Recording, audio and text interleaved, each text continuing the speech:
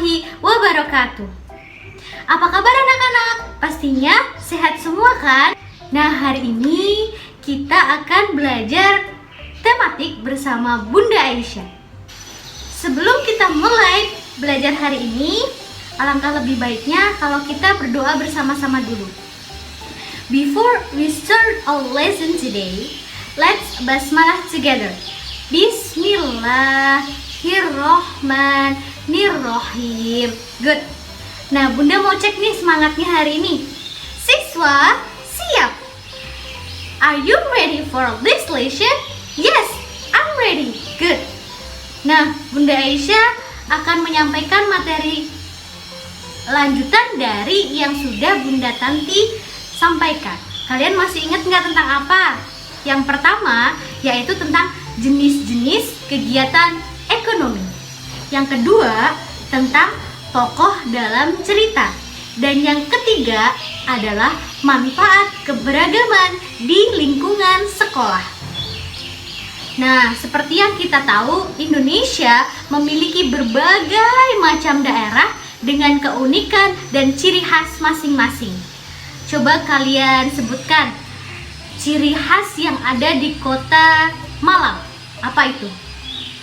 Masih ingat nggak? Pernah nggak kalian ke suatu perkebunan yang sangat indah dengan berbagai macam buah-buahan?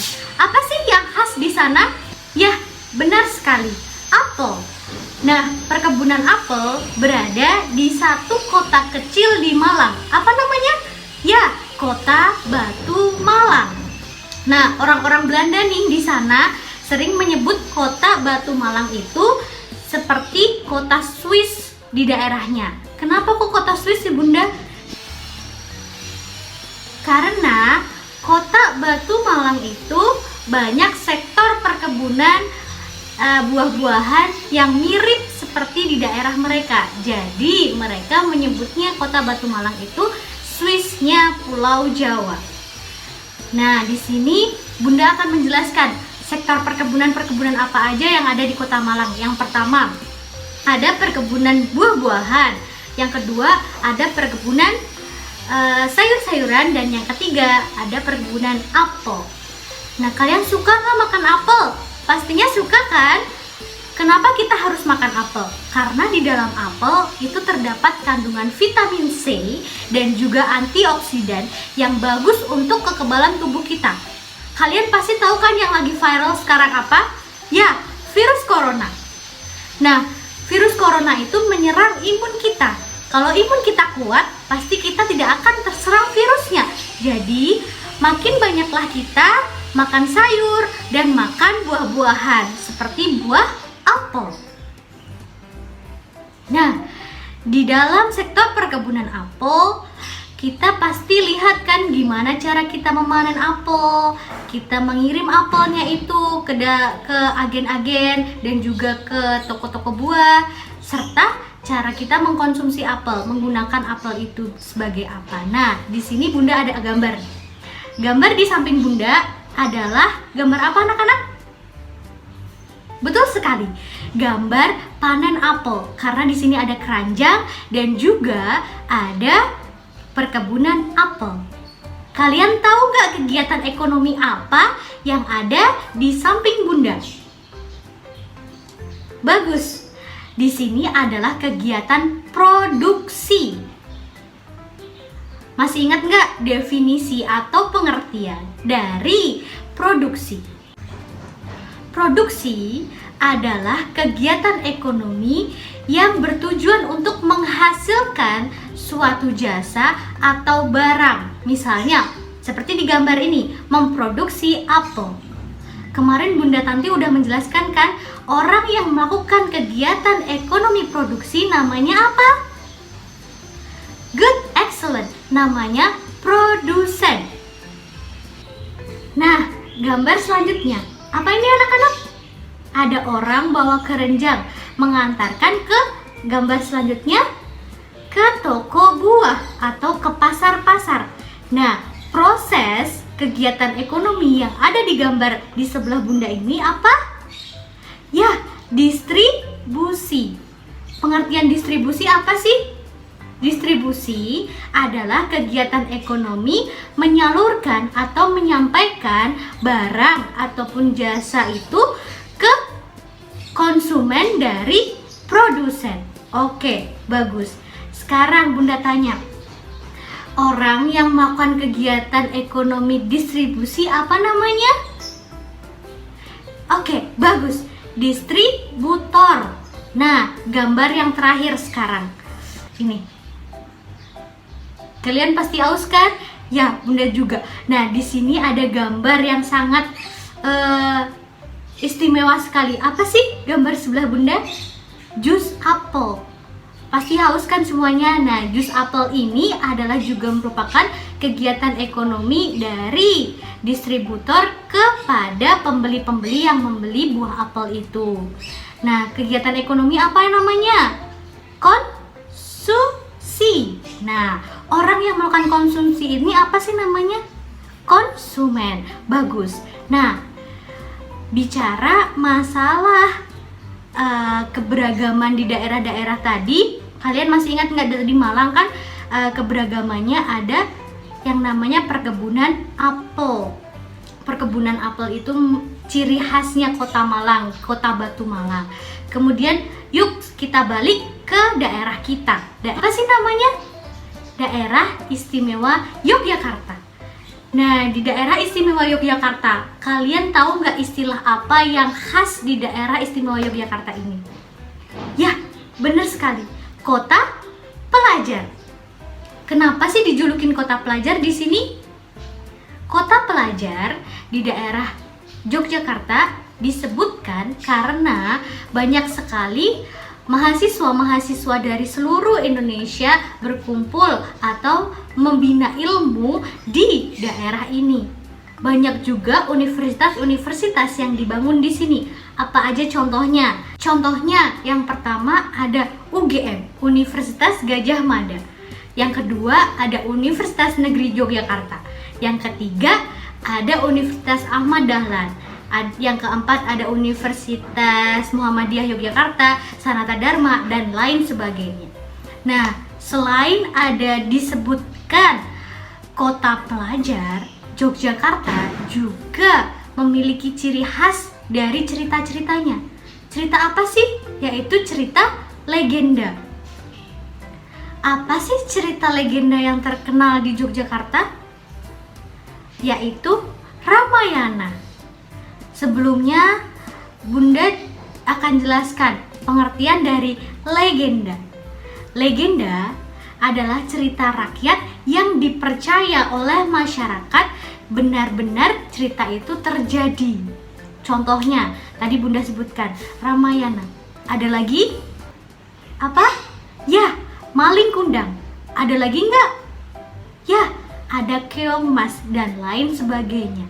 Nah, di cerita Ramayana ini ada tokoh-tokoh yang sangat terkenal dan yang sering kita dengar cerita-ceritanya. Bunda Hikmah di materi sebelumnya sudah menyampaikan kan tentang tokoh dalam cerita. Ada apa aja tokohnya? Yang pertama ada tokoh protagonis dan yang kedua ada tokoh antagonis. Sekarang Bunda akan menyebutkan kepada kalian. Tokoh dalam cerita Ramayana yang pertama adalah Rama. Rama itu memiliki sikap yang kesatria dan juga tegas dalam segala tindakannya. Hal ini masuk ke dalam karakteristik tokoh yang apa anak-anak? Kalian boleh pause video Bunda lalu jawab pertanyaan Bunda. Kalian boleh tulis di buku kalian masing-masing. Yang kedua ada Sinta. Sinta ini adalah seorang gadis yang baik hatinya dan juga cantik parasnya. Nah, kalau misalnya dia memiliki karakteristik yang baik hati, dia masuk ke tokoh yang apa anak-anak? Nah, yang ketiga ada Rahwana. Rahwana ini adalah seorang kesatria yang memiliki sifat bengis atau kejam. Dia semena-mena terhadap semua orang. Nah, di sini masuk ke dalam karakteristik tokoh apa anak-anak? Nah, yang terakhir ada Hanuman. Hanuman itu adalah kera yang menyerupai manusia, yang memiliki sifat kesatria dan juga kuat. Nah, di sini berarti dia memiliki karakteristik apa, anak-anak? Oke. Sekarang Bunda jelaskan 2 karakteristik yang ada dalam penokohan. Yang pertama, ada protagonis. Protagonis itu yaitu tokoh yang memiliki sifat baik hati dan dia memiliki akhlak yang terpuji. Yang kedua yaitu antagonis. Antagonis ini adalah kebalikan dari tokoh protagonis. Jadi sifat mereka jahat dan buruk. Oke. Next, ke materi selanjutnya yaitu keberagaman di lingkungan sekolah. Seperti gambar di samping Bunda. Gambar apa sih ini? Ya, ada 4 anak yang memiliki karakteristik atau ciri fisik yang berbeda-beda. Yang pertama, ada yang menggunakan kerudung. Dan yang kedua, ada yang memiliki rambut yang berbeda-beda. Ada yang rambutnya panjang, ada yang rambutnya keriting, dan juga ada yang kulitnya berbeda-beda. Nah, fungsi kita memiliki sifat menghargai sesama, yaitu kita dapat menghargai semua perbedaan-perbedaan yang ada di teman-teman kita.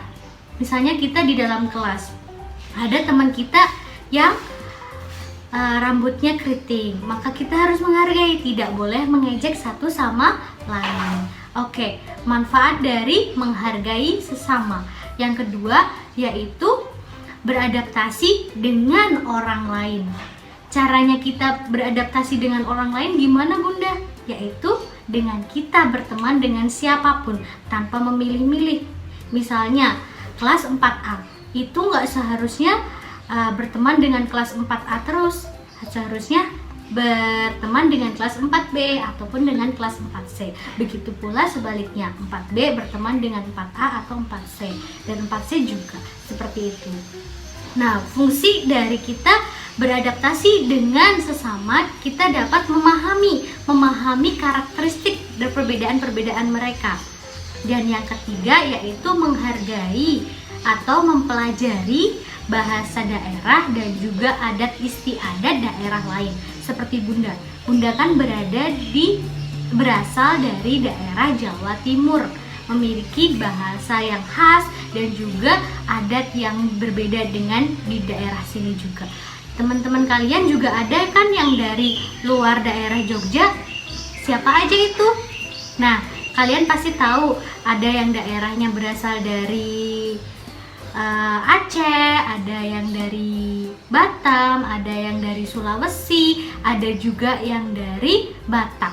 Nah, kita harus mempelajari daerah mereka. Untuk apa? Untuk memperkaya ilmu kita. Nah, untuk mengevaluasi kegiatan belajar kita hari ini, maka Bunda akan memberikan tugas kepada kalian. Udah siap ngerjain tugasnya? Nah, tugasnya di mana Bunda? Tugasnya ada di buku tematik kalian 4H. Nah, kalian buka buku kalian halaman 59 tentang Keong Mas.